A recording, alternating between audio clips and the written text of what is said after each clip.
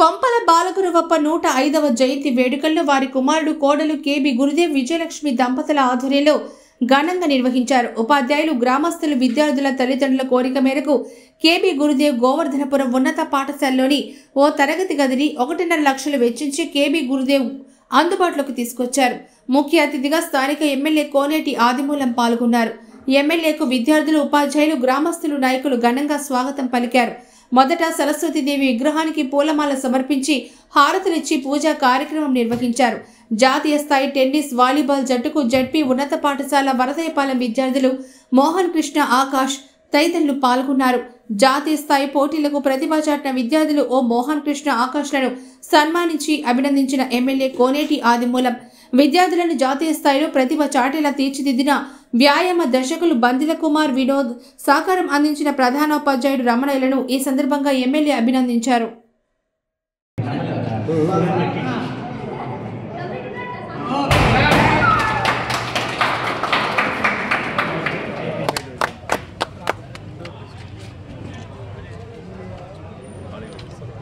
వస్తాను చెప్పండి, దేంట్లో పోతారా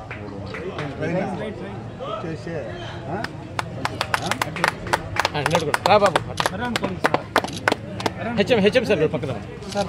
సొంతంగా భవన నిర్మాణం చేయడం, అలాగనే ఈరోజు స్థలం కూడా వారి ఇవ్వడం జరిగిందని చెప్పారు.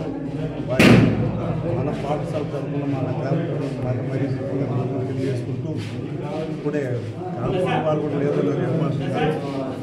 గతంలో అనేకమైన కాంపౌండ్లు కట్టాము. ఇది కూడా త్వరగా కట్టిన చూస్తాం తప్పకుండా. అది కానీ రోడ్డు కానీ ఆ సర్పంచ్కి కూడా రోడ్డు కూడా చేసాము.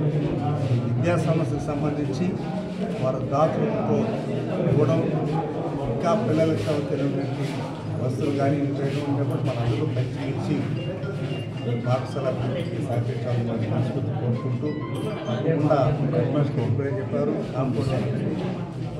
అలాగనే హాస్టల్ కూడా హెల్త్ హాస్టల్ ఇమీడియట్గా ఓపెన్ చేయాల్సింది. ఈ నెలనే ఓపెన్ చేయాల్సింది ఆలోచన. మరి మన నాయుడు గారు చెప్పాము, టాయిలెట్ పెట్టించేస్తే త్వరగా హాస్టల్ ఓపెన్ చేస్తే పిల్లలు మధ్యాహ్నం భోజనం చేస్తారు, పడుకుంటారు. మంచి కార్యక్రమం కాబట్టి ముఖ్యంగా వారికి ఇలాంటి సేవాత్మక